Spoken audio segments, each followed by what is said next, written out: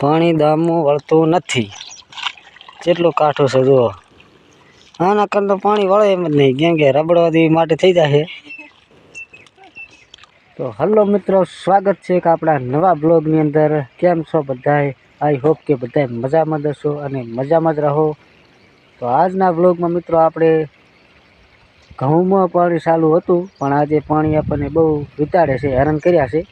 પાણી કેમ કે ધોરિયામાં હાલતું જ નહીં, બહુ વિતાડે છે પાણી. જુઓ, આ ધોરિયો બહુ વિતાડતો હતો, હજુ આખો ધોરિયો પલળી ગયો છે. એટલે જમીને બહુ ચીકણી માટી છે ને, એટલે બહુ વિતાડે છે આપણને પાણી. જુઓ, અહીંયાથી પાણી આવે છે, આપણે અહીંયાથી પાઇપલાઇન આવી છે. આ થઈ મિત્રો એટલું કાઠું છે ને આમાં પાણીવાળું કે બહુ મુશ્કેલ. ખાલી તમે દામાવાળે જુઓ કેટલા છે, તો બ્લોગમાં બન્યા રહેજો. સામે આપણું પાણી વાળે છે. જુઓ, એટલી ચીકણી માટી છે ને, તે બહુ કાઠું કામ છે આમાં. તો અહીંયાથી મિત્રો આપણે પાણી હેડે છે. મિત્રો જુઓ, પાણી દામું વળતું નથી, કેટલું કાઠું છે. જુઓ, આના કરતા તો પાણી વળે એમ જ નહીં, કેમ કે રબડવાથી માટે થઈ જશે. એકલો રબડા જેવી માટી છે, એટલે વળતું જ નહીં પાણી બિલકુલ. કેમ કે આ માટી એવી છે, આ માટીનું બીજા ચેરામાંથી લઈને નાખો તાર તો ચેરો વળે છે. આખો ધોરિયો જ જમે છે. ચીકણી માટી છે ને, આટલું પાયું છે આપણે કાલનું, અત્યારે આટલું પીધું છે. એટલેથી આ બાજુ આખો ભાગ બાકી છે પાવાનો બધોય. આટલે પીધું છે કમ્પ્લીટ,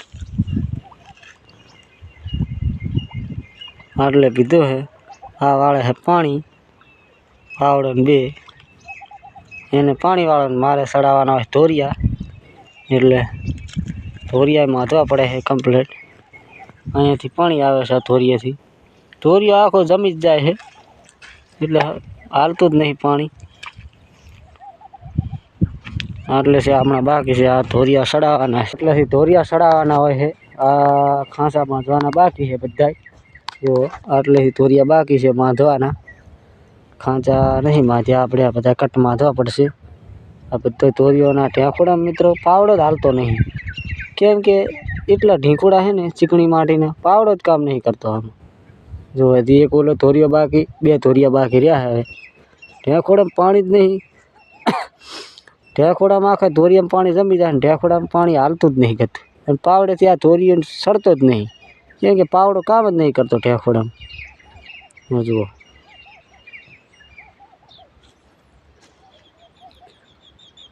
તો આજના બ્લોગમાં આટલું જ મિત્રો. ફરી મળીશું એક નવા બ્લોગ સાથે. આપણી ચેનલને મિત્રો સબસ્ક્રાઈબ કરી લેજો. તો બધા મિત્રોને જય માતાજી.